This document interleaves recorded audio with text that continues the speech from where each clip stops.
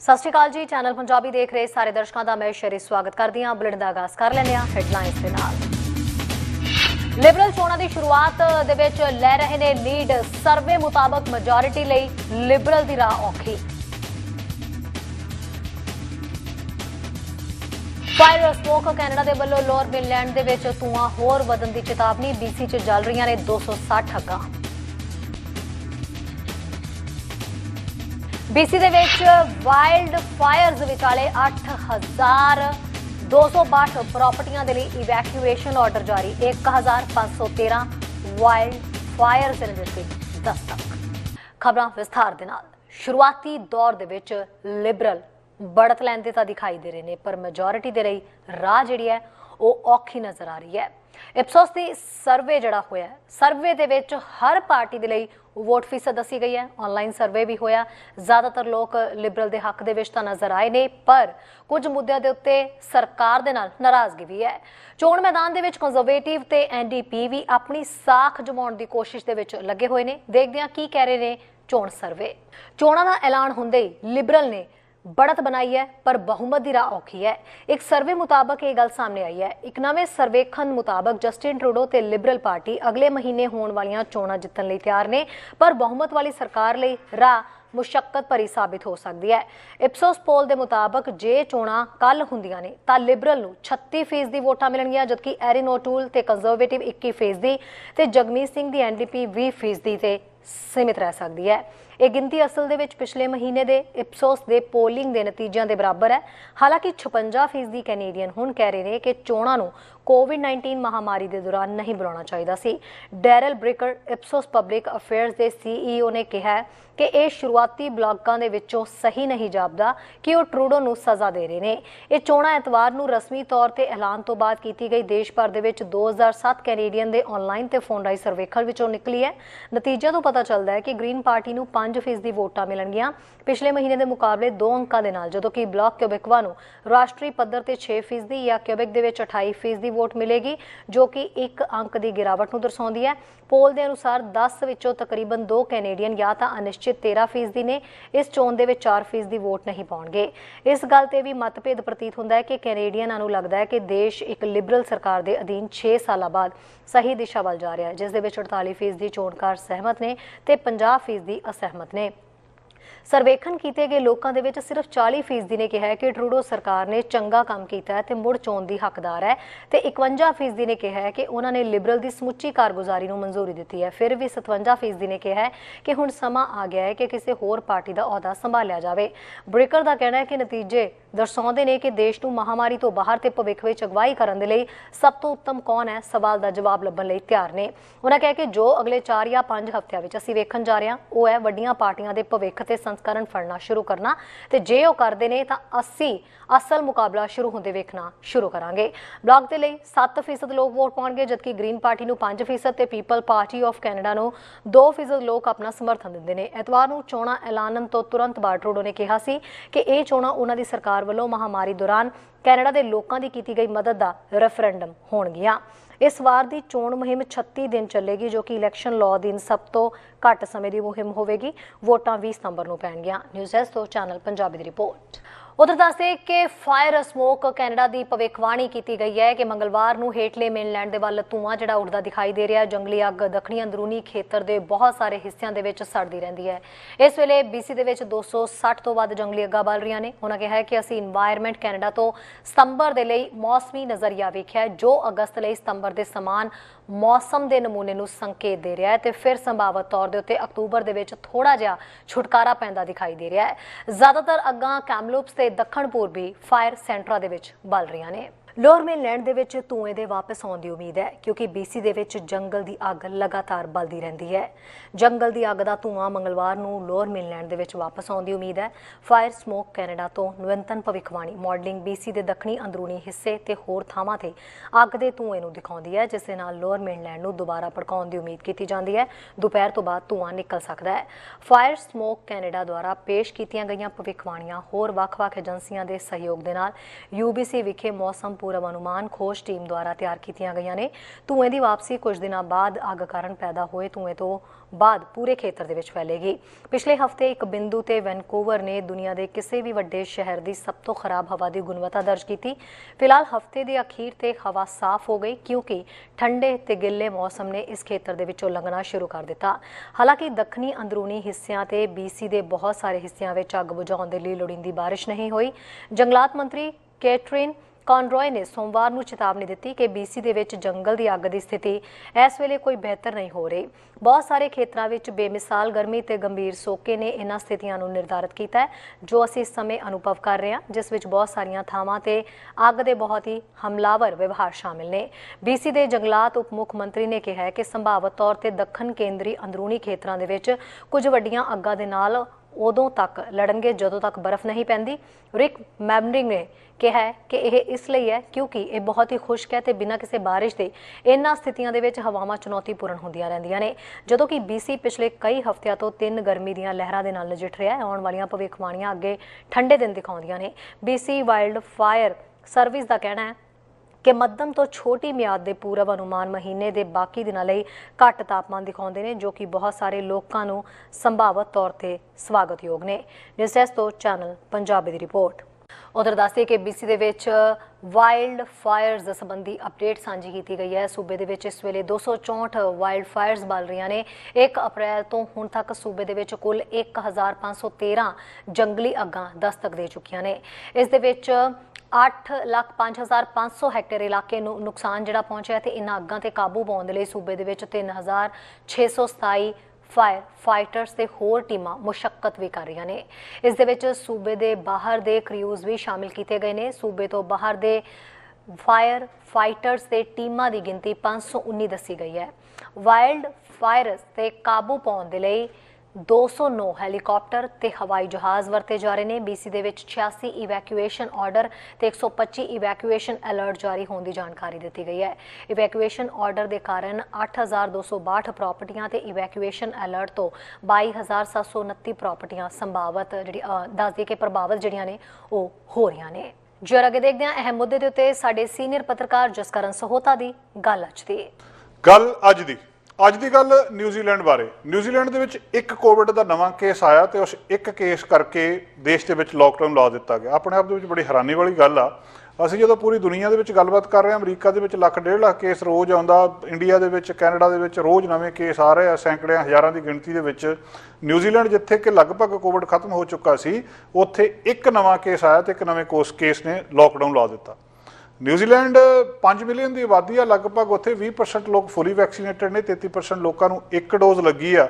ਉਹਦੇ ਤੋਂ ਬਾਅਦ ਉਹਨਾਂ ਨੂੰ ਲੋਕਡਾਊਨ ਲਾਉਣਾ ਪੈ ਗਿਆ ਕਿਉਂਕਿ ਇਸ ਬਹੁਤ ਲੰਬੇ ਸਮੇਂ ਬਾਅਦ, ਕਈ ਮਹੀਨਿਆਂ ਬਾਅਦ, ਜਦੋਂ ਦਾ ਇਹ ਫਰਵਰੀ ਤੋਂ ਬਾਅਦ ਲੈ ਕੇ ਹੁਣ ਤੱਕ ਇੱਕ ਕੇਸ ਇਹਦੇ ਵਿੱਚ ਆਇਆ ਔਰ ਅੱਧੀ ਰਾਤ ਤੋਂ ਇਹ ਲੋਕਡਾਊਨ ਸ਼ੁਰੂ ਹੋ ਗਿਆ। ਸਿੰਗਲ ਇਨਫੈਕਸ਼ਨ ਆਕਲੈਂਡ ਦੇ ਵਿੱਚ ਇਹ ਦੱਸੀ ਜਾ ਰਹੀ ਆ ਔਰ ਇਹਦੇ ਤੋਂ ਬਾਅਦ ਦੱਸਿਆ ਜਾ ਰਿਹਾ ਕਿ ਹੱਲੇ ਕਿ ਇਹਦਾ ਪੂਰੀ ਜਿਹੜੀ ਉਹ ਟਰੇਸ ਕੀਤੀ ਜਾਣੀ ਹੈ ਕਿ ਕੀ ਹੋਇਆ, ਕਿੱਥੋਂ ਆਇਆ, ਕਿਸ ਤਰੀਕੇ ਨਾਲ ਹੋਇਆ। ਪਰ ਉਹਨਾਂ ਨੇ ਇੱਕ ਫੈਸਲਾ ਲੈ ਲਿਆ। ਇੱਕ ਗੱਲ ਉਹਨਾਂ ਨੂੰ ਇਹ ਪਤਾ ਲੱਗ ਗਈ ਕਿ ਇਹ ਡੈਲਟਾ ਵੇਰੀਐਂਟ ਆ। ਡੈਲਟਾ ਵੇਰੀਐਂਟ ਕਿੰਨਾ ਖਤਰਨਾਕ ਹੋ ਸਕਦਾ ਇਹਦਾ ਅੰਦਾਜ਼ਾ ਵੀ ਇਸ ਗੱਲ ਤੋਂ ਲਾਇਆ ਜਾ ਸਕਦਾ ਕਿ ਜੇਕਰ 1 ਦੇ 2 ਦੇ 4 ਤੇ ਇਹ ਮਲਟੀਪਲਾਈ ਹੋ ਕੇ ਸੈਂਕੜੇ ਤੇ ਹਜ਼ਾਰਾਂ ਦੀ ਗਿਣਤੀ ਵਿੱਚ ਕਦੋਂ ਚਲੇ ਜਾਂਦੇ ਆ। ਨਿਊਜ਼ੀਲੈਂਡ ਕੋਸ਼ਿਸ਼ ਕਰ ਰਿਹਾ ਵੀ ਜਿਹੜਾ ਇੱਕ ਕੇਸ ਆ ਨੂੰ ਇੱਕ ਤੇ ਰੋਕ ਦਿੱਤਾ ਜਾਵੇ ਔਰ ਉਹਨਾਂ ਨੇ ਇਹਨੂੰ ਗੇਮ ਚੇਂਜਰ ਕਿਹਾ ਕਿ ਜਿਹੜਾ ਡੈਲਟਾ ਵੇਰੀਐਂਟ ਆ ਉਹ ਪਿਛਲੇ ਸਮੇਂ ਦੇ ਵਿੱਚ ਗੇਮ ਚੇਂਜਰ ਆ ਤੇ ਇਹਨੂੰ ਕਿਸੇ ਨਾ ਕਿਸੇ ਤਰ੍ਹਾਂ ਇਹਨੂੰ ਸਾਨੂੰ ਰੋਕਣਾ ਪਊਗਾ। ਇਹਨੂੰ ਜਿੰਨੀ ਸਖਤੀ ਦੇ ਨਾਲ ਰੋਕਿਆ ਜਾਣਾ ਚਾਹੀਦਾ। ਦੂਜੀ ਗੱਲ ਉਹ ਕਹਿੰਦੇ ਅਸੀਂ ਲੰਬਾ ਲੋਕਡਾਊਨ ਤੇ ਜਿਹੜਾ ਢਿੱਲਾ ਲੋਕਡਾਊਨ ਨਹੀਂ ਚਾਹੁੰਦੇ। ਉਹਦੇ ਬਜਾਏ ਉਹ ਕਹਿੰਦੇ ਅਸੀਂ ਚਾਹੁੰਦੇ ਹਾਂ ਕਿ ਅਲਰਟ ਲੈਵਲ 4 ਕਿਹਾ ਉਹਨਾਂ ਨੇ ਇਹਨੂੰ ਕਿ ਇੱਕ ਸਖਤ ਲੋਕਡਾਊਨ ਥੋੜ੍ਹੇ ਸਮੇਂ ਦੇ ਲਈ ਲਾ ਦਿੱਤਾ ਜਾਵੇ। ਸਾਰਾ ਕੁਝ ਬੰਦ ਕਰ ਦਿਓ। ਜੇ ਤੁਸੀਂ ਸਕੂਲ, ਪਬਲਿਕ ਵੈਨਿਊ, ਮੋਸਟ ਜਿਹੜੇ ਬਿਜ਼ਨਸ ਨੇ ਉਹ ਬੰਦ ਰਹਿਣਗੇ ਤੇ ਇਸੇ ਤਰ੍ਹਾਂ ਲੋਕਾਂ ਨੂੰ ਕਿਹਾ ਕਿ ਤੁਸੀਂ ਮਾਸਕ ਪਾ ਕੇ ਰੱਖੋ ਜਿੱਥੇ ਕਿਤੇ ਵੀ ਜ਼ਰੂਰੀ ਜਾਣਾ ਹੈ। ਜਿਹੜੀਆਂ ਸ਼ਾਪਸ ਕੁਛ ਅਸੈਂਸ਼ੀਅਲ ਸਰਵਿਸਿਜ਼ ਆ ਜਿੱਦਾਂ ਗਰੋਸਰੀਜ਼ ਆ, ਗੈਸੋਲੀਨ ਆ, ਹੈਲਥ ਪ੍ਰੋਡਕਟਸ ਆ, ਉਹ ਖੁੱਲ੍ਹੀਆਂ ਰਹਿਣਗੀਆਂ। ਇਹ ਕੇਸ ਦੱਸਦੇ ਆ ਕਿ ਇੱਕ ਵਿਅਕਤੀ ਜਿਹਨੂੰ ਵੈਕਸੀਨ ਨਹੀਂ ਲੱਗੀ ਉਹਦੇ ਵਿੱਚ ਆਇਆ, 50 ਸਾਲ ਦੀ ਉਮਰ ਇਹਦੀ ਦੱਸਦੇ ਆ। ਆਕਲੈਂਡ ਦੇ ਵਿੱਚ ਜਿਹੜਾ ਦੱਸਿਆ ਜਾ ਰਿਹਾ ਕਿ ਅਗਸਤ 12 ਨੂੰ ਇਹਨੂੰ ਇਨਫੈਕਸ਼ਨ ਹੋਈ ਆ। ਡਾਇਰੈਕਟਰ ਜਨਰਲ ਆਫ ਹੈਲਥ ਉੱਥੋਂ ਦੇ ਜਿਹੜੇ ਉਹਨਾਂ ਨੇ ਇਹ ਸੂਚਨਾ ਦਿੱਤੀ ਆ ਤੇ ਇਹਦੇ ਤੋਂ ਬਾਅਦ ਉਹਦੀ ਵਾਈਫ ਆ ਉਹ ਫੁੱਲੀ ਵੈਕਸੀਨੇਟਡ ਆ। ਉਹ ਦੱਸਦੇ ਆ ਕਿ ਕੋਰਮੈਂਡਲ ਰੀਜਨ ਦੇ ਵਿੱਚ ਉਹ ਗਏ ਆ ਵੀਕਐਂਡ ਦੇ ਉੱਤੇ। ਉੱਥੇ ਉਹਨਾਂ ਨੇ ਬਹੁਤ ਸਾਰੀ ਭੀੜ ਵਾਲੀਆਂ ਥਾਵਾਂ ਨੂੰ, ਪੱਬ ਨੂੰ ਸੈਟਰਡੇ ਨਾਈਟ ਦੇ ਵਿੱਚ ਵਿਜ਼ਿਟ ਕੀਤਾ, ਪੱਬ ਦੇ ਵਿੱਚ ਗਏ ਆ, ਹੋਰ ਲੋਕਾਂ ਦੇ ਵਿੱਚ ਗਏ ਆ। ਹੁਣ ਉਹ ਸਾਰੇ ਕੁਝ ਨੂੰ ਕਿਸੇ ਨਾ ਕਿਸੇ ਤਰ੍ਹਾਂ ਟਰੇਸ ਕੀਤਾ ਜਾ ਰਿਹਾ ਕਿ ਕਿੱਥੇ ਕਿੱਥੇ ਗਏ ਆ, ਕੀ ਉੱਥੇ ਤਾਂ ਨਹੀਂ ਹੈ ਕਿਤੇ ਵਾਇਰਸ ਫੈਲਾਇਆ। ਤੇ ਜੇ ਇੱਕ ਵਾਰੀ ਇਹ ਵਾਇਰਸ ਫੈਲ ਗਿਆ, ਫਿਰ ਜਿੰਨੀ ਤੇਜ਼ੀ ਨਾਲ ਡੈਲਟਾ ਵੇਰੀਐਂਟ ਫੈਲ ਸਕਦਾ ਇਹਦਾ ਅੰਦਾਜ਼ਾ ਇਸ ਗੱਲ ਤੋਂ ਲਾਇਆ ਜਾ ਸਕਦਾ। ਉਹ ਕਹਿੰਦੇ ਅਸੀਂ ਸਖਤ ਹੋਣਾ ਚਾਹੁੰਦੇ ਹਾਂ ਇਹ ਤੋਂ ਪਹਿਲਾਂ ਕਿ ਵਾਇਰਸ ਸਾਡੇ ਉੱਤੇ ਆ ਜਾਵੇ, ਸਾਨੂੰ ਜਿਹੜਾ ਜ਼ਿਆਦਾ ਕੁਝ ਕਰਨਾ ਪਵੇ। ਅਸੀਂ ਚਾਹੁੰਦੇ ਹਾਂ ਕਿ ਇੱਕ ਕੇਸ ਆ ਜਿਹੜਾ ਇੱਕ ਦੇ ਉੱਤੇ ਕਿਸੇ ਨਾ ਕਿਸੇ ਤਰ੍ਹਾਂ ਇਹਨੂੰ ਬੰਦ ਕਰ ਦਿੱਤਾ ਜਾਵੇ। ਹੁਣ ਡੈਲਟਾ ਵੇਰੀਐਂਟ ਕਿੱਥੋਂ ਆ ਗਿਆ, ਉੱਥੇ ਵੈਕਸੀਨ ਕਿਉਂ ਨਹੀਂ ਇੰਨੀ ਲੱਗ ਰਹੀ, ਥੋੜ੍ਹੇ ਲੋਕਾਂ ਨੂੰ ਵੈਕਸੀਨ ਕਿਉਂ ਲੱਗੀ ਆ। ਸੋ ਜ਼ੀਰੋ ਟੋਲਰੈਂਸ ਪਾਲਿਸੀ, ਜਿਹੜੀ ਜ਼ੀਰੋ ਟੋਲਰੈਂਸ ਅਪਰੋਚ ਆ, ਉਹ ਉਹਨਾਂ ਦੀ ਕੀਤੀ ਜਾਂਦੀ ਆ। ਮਿਲੀਅਨਸ ਲੋਕਾਂ ਨੂੰ ਉਹਨਾਂ ਨੇ ਇਹਦੇ ਵਿੱਚ ਟੈਸਟ ਕੀਤਾ ਹੈ, ਤੇ ਉਹਦੇ ਤੋਂ ਬਾਅਦ ਹੁਣ ਦੇਖਿਆ ਜਾ ਰਿਹਾ ਕਿ ਅਸਲ ਦੇ ਵਿੱਚ ਆਉਣ ਵਾਲੇ ਦਿਨਾਂ ਦੇ ਵਿੱਚ ਕੀ ਬਣਦਾ।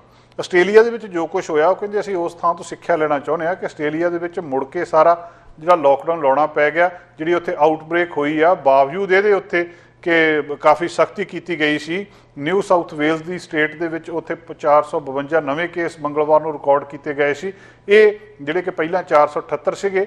ਇਸ ਸਾਰੀ ਗੱਲਬਾਤ ਤੋਂ ਨਿਊਜ਼ੀਲੈਂਡ ਜਿਹੜੀ ਗੱਲ ਸਿੱਖ ਰਿਹਾ ਆ ਕਿ ਸਾਨੂੰ ਸਖਤੀ ਕਰਨੀ ਚਾਹੀਦੀ ਆ, ਤੇ ਇਸ ਗੱਲ ਤੋਂ ਬਾਕੀ ਦੇਸ਼ਾਂ ਨੂੰ ਵੀ ਸਿੱਖਿਆ ਲੈਣੀ ਚਾਹੀਦੀ ਆ ਕਿ ਜੇ ਇੱਕ ਕੇਸ ਵੀ ਤੁਹਾਡੇ ਦੇਸ਼ ਦੇ ਵਿੱਚ ਮੌਜੂਦ ਆ, ਇੱਕ ਕੇਸ ਵੀ ਖਤਰਨਾਕ ਹੋ ਸਕਦਾ, ਤੇ ਇੰਨੀ ਕੁ ਸਮਰੱਥਾ ਕੋਵਿਡ ਦੇ ਡੈਲਟਾ ਵੇਰੀਐਂਟ ਵਿੱਚ ਹੈਗੀ ਆ, ਪੂਰੇ ਦੇਸ਼ ਨੂੰ ਲੋਕਡਾਊਨ ਕੀਤਾ ਜਾ ਸਕਦਾ।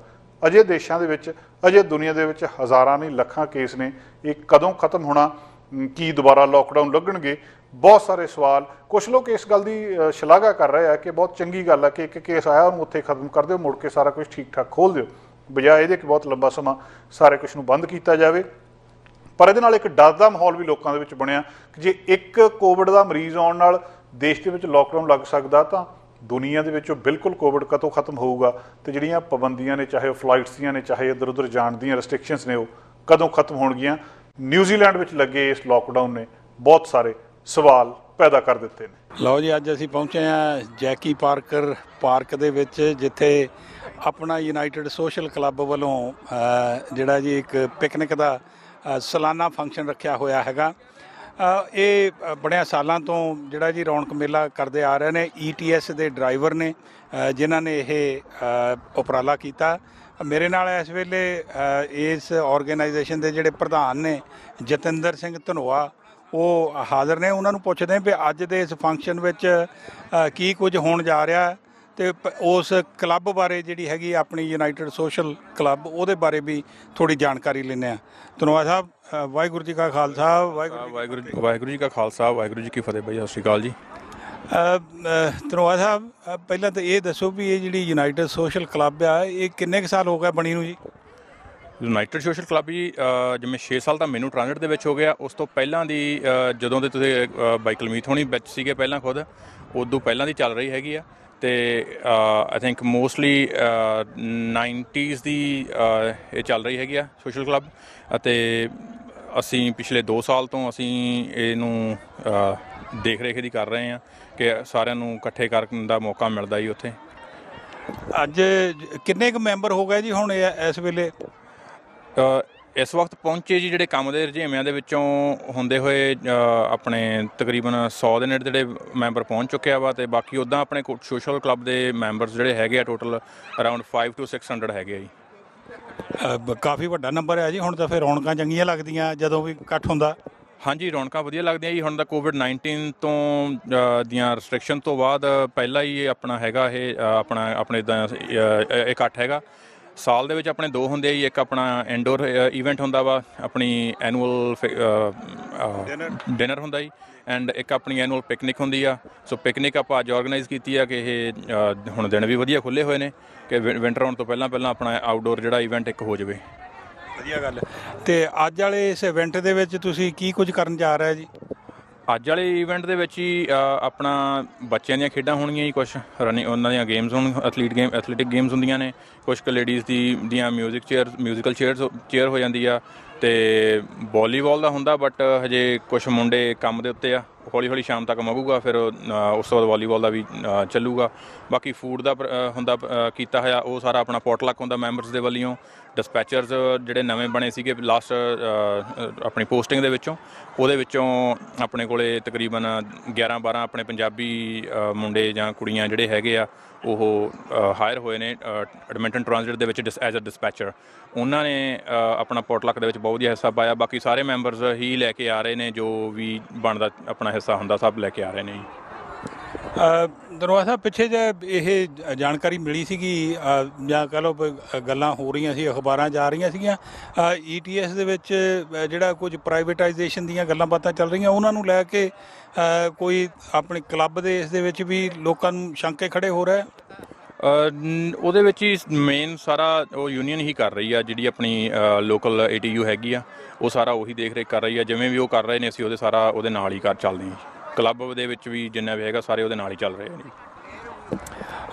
ਹੋਰ ਕੋਈ ਚੈਲੰਜਸ ਨਵੇਂ ਆ ਰਹੇ ਹੋਣ ਜੀ, ਜਿਸ ਤਰ੍ਹਾਂ COVID-19 ਦੀ ਗੱਲ ਦੱਸੀ ਆ ਤੁਸੀਂ, ਇਹਦੇ ਦੌਰਾਨ ਮਤਲਬ ਜਿਹੜੇ ਵਰਕਰ ਨੇ ਕੰਮ ਕਰਦੇ, ਕਿਉਂਕਿ ਬੱਸਾਂ ਤਾਂ ਚੱਲਦੀਆਂ ਹੀ ਰਹੀਆਂ, ਇਹਦੇ 'ਚ ਕਿਸ ਤਰ੍ਹਾਂ ਦੀਆਂ ਕੋਈ ਮਤਲਬ ਲੋਕਾਂ ਨੂੰ ਮੁਸ਼ਕਲਾਂ ਜਾਂ ਚੈਲੰਜਸ ਆਏ ਹੋਣ? ਕੋਵਿਡ ਦੇ ਚੱਲਦੇ ਹੀ ਆਪਣੇ ਆਪਰੇਟਰ ਬਹੁਤ ਜ਼ਿਆਦਾ ਸਿੱਖ ਹੋਏ ਸੀਗੇ। ਈਵਨ ਕਰ ਲੈ ਕੇ ਆਪਣੀ ਕਮਿਊਨਿਟੀ ਦੇ ਵਿੱਚੋਂ ਸਾਰੇ ਆਪਰੇਟਰ ਬਹੁਤ ਸਿੱਖ ਹੋਏ ਸੀਗੇ। ਈਵਨ ਕਿ ਸਾਨੂੰ ਸਿਟੀ ਵਾਲੀਆਂ ਯੂਨੀਅਨ ਨੇ ਇੱਕ ਲੰਬੀ ਲੜਾਈ ਲੜ ਕੇ ਜਿਹੜਾ ਸ਼ੀਲਡਸ ਲਵਾ ਕੇ ਦਿੱਤੀਆਂ ਨੇ, ਪਲਾਸਟਿਕ ਆਪਣੀਆਂ ਗਲਾਸ ਦੀਆਂ ਸ਼ੀਲਡਸ ਲਗਾ ਕੇ ਦਿੱਤੀਆਂ ਨੇ, ਫਲੈਕਸੀ ਸ਼ੀਲਡਸ। ਬਟ ਉਹਦੇ ਚੱਲਦੇ ਹੋਏ ਫਿਰ ਵੀ ਆਪਰੇਟਰਸ ਆਪਣੇ ਬਹੁਤ ਸਿੱਖ ਹੋਏ ਸੀਗੇ ਐਜ਼ ਯੂਜੂਅਲ, ਕਿਉਂਕਿ ਜੋ ਬਿਮਾਰੀ ਆਈ ਉਹ ਸਭ ਨੂੰ ਹੀ ਲੈ ਪੈਂਦੀ ਆ। ਮਾਸਕ ਵੀ ਸਾਰੇ ਮੈਂਡੇਟਰੀ ਸੀਗੇ, ਸਿਟੀ ਵਾਲੀਆਂ ਸਾਰਾ ਕੁਝ ਮੁਹੱਈਆ ਕਰਾਇਆ ਗਿਆ ਸੀਗਾ। ਬਟ ਫਿਰ ਵੀ ਆਪਣੇ ਸਿੱਖ ਆਪਰੇਟਰ ਹੋਏ ਸੀਗੇ। ਪਹਿਲਾਂ ਜਦੋਂ ਸ਼ੁਰੂ ਹੋਇਆ ਉਦੋਂ ਵੀ ਹੋਏ, ਉਸ ਤੋਂ ਬਾਅਦ ਜਿਹੜੇ ਵੇਰੀਐਂਟ ਸੀ ਉਹਦੇ ਵਿੱਚ ਵੀ ਬਹੁਤ ਕੁਝ ਹੋਇਆ। ਲਓ ਜੀ, ਆਪਣਾ ਯੂਨਾਈਟਿਡ ਸੋਸ਼ਲ ਕਲੱਬ ਦੇ ਮੈਂਬਰ ਬੈਠੇ ਨੇ ਜਿਹੜੇ ਰਿਟਾਇਰਡ ਹੋਏ ਨੇ, ਉਹਨਾਂ ਨਾਲ ਗੱਲਬਾਤ ਕਰਦੇ ਆ। ਵੈਸੇ ਮੇਰੇ ਖਿਆਲ ਇਹ ਮੋਢੀਆਂ 'ਚ ਹੋਣਗੇ ਜਦੋਂ ਕਲੱਬ ਬਣੀ ਆ। ਇਹਨਾਂ ਨੂੰ ਪੁੱਛਦੇ ਆ ਇਹ ਕਿਸ ਤਰ੍ਹਾਂ ਮਹਿਸੂਸ ਕਰ ਰਿਹਾ ਆ। ਬੜੇ ਢਿੱਲੇ ਜਿਹੇ ਬੈਠੇ ਆ, ਕੀ ਗੱਲ ਹੈ ਬਲਦੇਵ ਸਿੰਘ ਜੀ? ਨਹੀਂ, ਕੋਈ ਢਿੱਲੇ ਨਹੀਂ ਗਏ, ਤੁਸੀਂ ਆ ਗਏ, ਹੁਣ ਸਭ ਕੁਝ ਗਰਮ ਹੋ ਜਾਣਾ। ਬਸਾਤੀ ਸਾਹਿਬ ਕੀ ਸੋਚਾਂ 'ਚ ਪਏ ਆ? ਨਹੀਂ, ਸੋਚਾਂ 'ਚ ਕੋਈ ਨਹੀਂ ਜੀ। ਹੁਣ ਥੋੜ੍ਹਾ ਜਿਹਾ ਦੇਖ ਰਿਹਾ, ਸੂਰਜ ਥੋੜ੍ਹਾ ਥੱਲੇ ਨੂੰ ਜਾਵੇ, ਕੋਈ ਖਾਣ ਪੀਣ ਜੋਗੇ ਹੋਈਏ ਤੇ ਉਸ ਹਿਸਾਬ ਨਾਲ ਵੀ ਚੱਲਦੇ ਆ ਨਾ। ਇਹ ਵੈਸੇ ਦੇਖੋ ਆਪਣੇ ਮੈਂਬਰ ਤਾਂ ਸੁੱਖ ਨਾਲ ਕਾਫੀ ਆ, ਪਰ ਜਿਹੜੇ ਇੱਥੇ ਇਸ ਵੇਲੇ ਸ਼ਮੂਲੀਅਤ ਆ ਉਹ ਬੜੀ ਥੋੜ੍ਹੀ ਆ। ਕੀ ਗੱਲ ਕੋਈ ਮੇਲਾ ਗੇਲਾ ਤਾਂ ਨਹੀਂ ਦੂਸਰੇ ਪਾਸੇ ਚੱਲ ਰਿਹਾ ਸਿਟੀ ਦੇ ਵਿੱਚ ਵੀ ਬੱਸਾਂ ਉੱਧਰ ਲੱਗੀਆਂ ਹੋਣ? ਹਾਂਜੀ, ਉਹ ਕਹਿੰਦੇ ਅੱਜ ਇੱਕ ਫੁੱਟਬਾਲ ਗੇਮ ਆ ਨਾ, ਉਹ ਫੁੱਟਬਾਲ ਗੇਮ ਲਈ ਉਹਨੂੰ ਫਿਰ ਐਕਸਟਰਾ ਮੈਨ ਪਾਵਰ ਚਾਹੀਦੀ ਹੁੰਦੀ ਆ, ਅਤੇ ਇਸ ਕਰਕੇ ਬੰਦੇ ਉੱਧਰ ਕੰਮ ਕਰਦੇ ਨੇ ਕਾਫੀ, ਇਸ ਕਰਕੇ ਥੋੜ੍ਹੀ ਜਿਹੀ ਰੌਣਕ ਘੱਟ ਆ ਅੱਜ। ਦਰਅਸਲ ਗੱਲ ਇੱਦਾਂ ਜੀ ਵੀ ਧਾਲੀਵਾਲ ਸਾਹਿਬ ਨਾ ਬੜੇ ਪੁਰਾਣੇ ਜਿਹੜੇ ਸ਼ੇਰ ਆ, ਕਦੇ ਇਹਨਾਂ ਨੂੰ ਗਾਲਬ ਬੜਾ ਯਾਦ ਆ। ਉਹ ਇੱਕ ਸ਼ੇਰ ਤੁਹਾਨੂੰ ਸੁਣਾਉਣਗੇ। ਬਲਦੇਵ ਸਿੰਘ ਜੀ ਜਰਾ। ਉਹ ਤਾਂ ਉਹ ਗਾਲਬ ਦਾ ਸ਼ੇਰ ਹੈ ਨਾ, ਹਜ਼ਾरों ख्वाहिशें ऐसी कि हर ख्वाहिश पे दम निकले, बहुत निकले मेरे दिल के अरमान मगर फिर भी कम निकले। ਇਸੇ ਨਾਲ ਇਹਨਾਂ ਅਰਮਾਨਾਂ ਦੇ ਨਾਲ ਸਭ ਕੁਝ ਮਿਲ ਕੇ ਆ, ਜਿਹੜੇ ਯਾਰਾਂ ਦੋਸਤਾਂ ਦੇ ਨਾਲ ਟਾਈਮ ਬਹੁਤ ਸੋਹਣਾ ਲੰਘਿਆ ਆ। ਬੜਾ ਸੋਹਣਾ ਆਪਣਾ ਟਾਈਮ ਕੰਮ 'ਤੇ ਵੀ ਵਿਆਹ ਲੰਘਿਆ, ਅਤੇ ਹੁਣ ਰਿਟਾਇਰ ਹੋ ਗਏ, ਹੁਣ ਵੀ ਬਹੁਤ ਸੋਹਣਾ ਟਾਈਮ ਲੰਘ ਰਿਹਾ ਆ, ਅਤੇ ਸਾਰੇ ਮਿੱਤਰਾਂ ਨੂੰ ਮਿਲ ਕੇ ਬਹੁਤ ਖੁਸ਼ੀ ਹੁੰਦੀ ਆ। ਅਤੇ ਚਲੋ ਜੀ, ਥੈਂਕ ਯੂ। ਬਸਾਤੀ ਸਾਹਿਬ ਤੁਸੀਂ ਵੀ ਜਰਾ ਆਪਣੀ ਕਵਿਤਾ ਦੀਆਂ 4 ਲਾਈਨਾਂ ਸੁਣਾਓ। 40 ਇੰਚ ਦੀ ਛਾਤੀ ਮੇਰੀ, 8 ਫੁੱਟ ਹਾਂ ਉੱਚੀ, ਵਿਨੀਪੈਗ ਮੇਰਾ ਜਨਮ ਸੀ ਹੋਇਆ, ਲਿਆ ਐਡਮਿੰਟਨ ਸੁੱਟੀ, ਦੂਰੋਂ ਦੇਖ ਕੇ ਲੋਕੀ ਕਹਿੰਦੇ ਆ ਗਈ 40 ਫੁੱਟੀ। ਸੜਕਾਂ ਉੱਤੇ ਘੁੰਮਦੀ ਫਿਰਦੀ ਆਪਣਾ ਸਮਾਂ ਬਿਤਾਵਾਂ, ਨਾਲ ਪਿਆਰ ਦੇ ਸਭਨਾਂ ਨੂੰ ਮੈਂ ਆਪਣੀ ਗੋਦ ਬਿਠਾਵਾਂ, ਕਾਲੇ ਗੋਰੇ ਜਾਂ ਛੋਟੇ ਬੜੇ ਦਾ ਫਰਕ ਨਾ ਕਰਦੀ ਉੱਚੀ, ਵਿਨੀਪੈਗ ਮੇਰਾ ਜਨਮ ਸੀ ਹੋਇਆ, ਲਿਆ ਐਡਮਿੰਟਨ ਸੁੱਟੀ, ਦੂਰੋਂ ਦੇਖ ਕੇ ਲੋਕੀ ਕਹਿੰਦੇ ਆ ਗਏ 40 ਫੁੱਟੀ। ਲਓ ਜੀ, ਹੁਣ ਸਾਡੇ ਪਾਸ ਇਸ ਵੇਲੇ ਅਮਰਜੀਤ ਸਿੰਘ ਸੋਹੀ ਜਿਹੜੇ ਐਡਮਿੰਟਨ ਦੀ ਮੇਅਰ ਦੀ ਦੌੜ ਵਿੱਚ ਨੇ, ਉਹ ਵੀ ਹਾਜ਼ਰ ਹੋਏ ਆ। ਸੋਹੀ ਸਾਹਿਬ, ਮੈਨੂੰ ਲੱਗਦਾ ਵੀ ਤੁਸੀਂ ਆਪਣੀਆਂ ਰੂਟਸ ਨਾਲ ਬਿਲਕੁਲ ਜੁੜੇ ਆ। ਦੇਖੋ ਜੀ, ਮੈਂ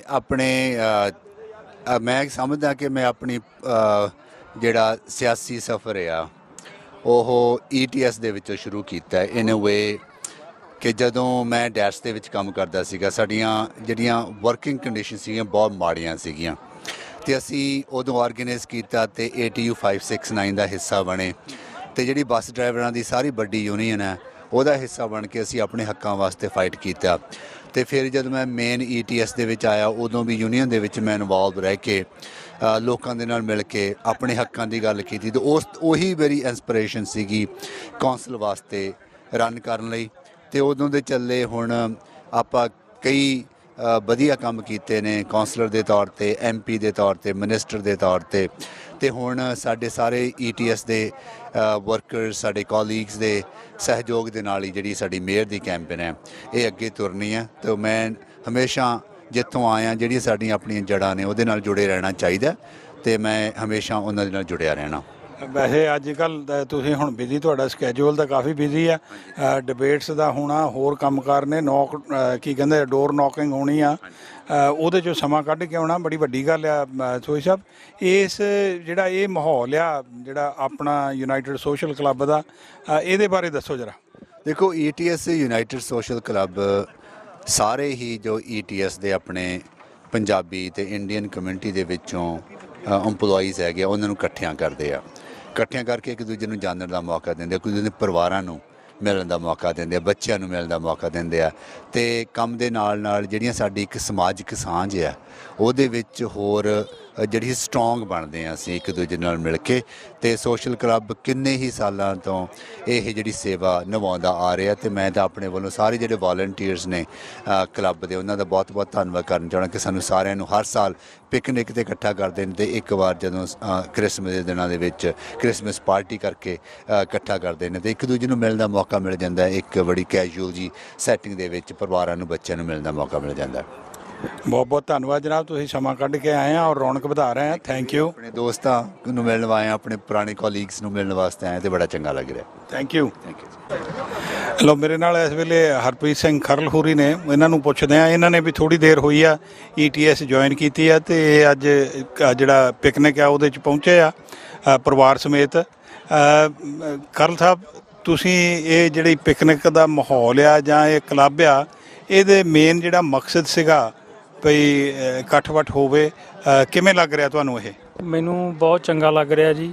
ਆਪਾਂ ਸਾਲ ਡੇਢ ਸਾਲ ਬਾਅਦ ਜਿੱਦਾਂ ਵੀ ਕੋਵਿਡ ਤੋਂ ਬਚਾ ਕੇ ਬਾਹਰ ਆਏ ਹਾਂ, ਅਤੇ ਇੱਕ ਸਾਡੀ ਤੁਹਾਨੂੰ ਪਤਾ ਵੀ ETS ਹਰ ਆਪਰੇਟਰ ਦੀ ਲਾਈਫ ਜਿਹੜੀ ਸੀਗੀ ਬੜੀ ਹਰ ਵੇਲੇ ਟਾਈਟ ਰਹਿੰਦੀ ਸੀਗੀ, ਅਤੇ ਉਹਦੇ ਕਰਕੇ ਸਾਨੂੰ ਇਹ ਬਹੁਤ ਚੰਗਾ ਲੱਗ ਰਿਹਾ ਵੀ ਮੈਂ ਕੁਛ ਆਪਣੇ ਪੁਰਾਣੇ ਚਿਹਰਿਆਂ ਨੂੰ ਦੇਖਦਾ, ਕੁਛ ਰਿਟਾਇਰ ਹੋਏ ਆ, ਕੁਛ ਨਵੇਂ ਆ, ਅਤੇ ਜਿੱਦਾਂ ਮੈਂ ਵੀ ਵਿੱਚੋਂ ਨਵਾਂ। ਅਤੇ ਇਹਨਾਂ ਨੇ ਆਰਗੇਨਾਈਜ਼ਰਸ ਨੇ ਬਹੁਤ ਉਪਰਾਲਾ ਕੀਤਾ, ਬੜਾ ਚੰਗਾ ਲੱਗ ਰਿਹਾ ਮੈਨੂੰ ਬਾਹਰ ਆ ਕੇ ਜੀ।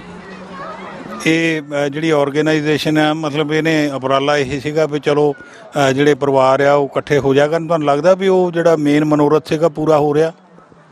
ਹਾਂਜੀ ਬਿਲਕੁਲ ਜੀ। ਦੇਖੋ ਕਿੰਨੇ ਅੱਜ ਬੜੀ ਗੁੱਡ, ਜਿੱਦਾਂ ਕਾਫੀ ਜਾਣੇ ਆਏ ਆ, ਅਤੇ ਇਹ ਮੇਨ ਮਕਸਦ ਸਾਡਾ ਇਹਨਾਂ ਦਾ ਇਹੀ ਸੀਗਾ ਜੀ ਕਿ ਵੀ ਲੋਕੀ ਬਾਹਰ ਆਉਣ, ਥੋੜ੍ਹਾ ਜਿਹਾ ਜਿੱਦਾਂ ਮਾਹੌਲ ਚੇਂਜ ਹੋਵੇ, ਅਤੇ ਜਿਹੜੀ ਹੈ ਜਿੱਦਾਂ ਸਟ੍ਰੈਸ ਆਊਟ ਜਿਹੜੀ ਸਾਡੀ ਲਾਈਫ ਆ, ਉਹ ਥੋੜ੍ਹੀ ਜਿਹੀ ਜਿੱਦਾਂ ਸਾਡਾ ਸੁਭਾਅ ਖੁੱਲ੍ਹੇ ਵੀ ਅਸੀਂ ਵੀ ਚੰਗੇ ਕੰਮ ਲਈ ਇਕੱਠੇ ਹੋਏ ਹਾਂ, ਹੈ ਨਾ ਜੀ। ਬੱਚੇ ਮਿਲਦੇ ਆ, ਪਰਿਵਾਰ ਮਿਲਦੇ ਆ, ਜਿਹੜੀ ਸੋਸ਼ਲ ਤੁਹਾਡਾ ਸਰਕਲ ਵੱਧਦਾ ਜੀ। ਬਿਲਕੁਲ ਜੀ।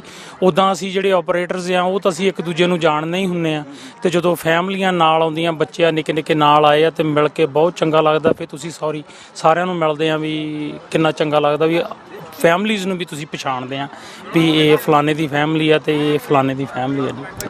ਥੈਂਕ ਯੂ ਖਰਲ ਸਾਹਿਬ, ਮਿਹਰਬਾਨੀ ਬਹੁਤ ਬਹੁਤ। Thank you sir, thank you. ਖਬਰਾਂ ਤੇ ਜਾਣਕਾਰੀਆਂ ਦਾ ਸਿਲਸਿਲਾ ਫਿਲਹਾਲ ਇੱਥੇ ਮੁੱਕਦਾ। ਨਵੀਆਂ ਤੇ ਤਾਜ਼ਾ ਖਬਰਾਂ ਲੈ ਕੇ ਫਿਰ ਤੋਂ ਹਾਜ਼ਰ ਹੋਵਾਂਗੇ। ਇਜਾਜ਼ਤ ਚਾਹੁੰਦੇ ਹਾਂ। ਧੰਨਵਾਦ। ਸਾਡਾ ਹਰ ਇੱਕ ਪ੍ਰੋਗਰਾਮ ਦੇਖਣ ਤੇ ਸਾਡੇ ਨਾਲ ਜੁੜਨ ਲਈ ਸਬਸਕ੍ਰਾਈਬ ਕਰੋ ਚੈਨਲ ਪੰਜਾਬੀ ਤੇ ਨੋਟੀਫਿਕੇਸ਼ਨ ਲਈ ਬੈਲ ਆਈਕਨ ਵਾਲੇ ਬਟਨ ਤੇ ਕਲਿੱਕ ਕਰੋ।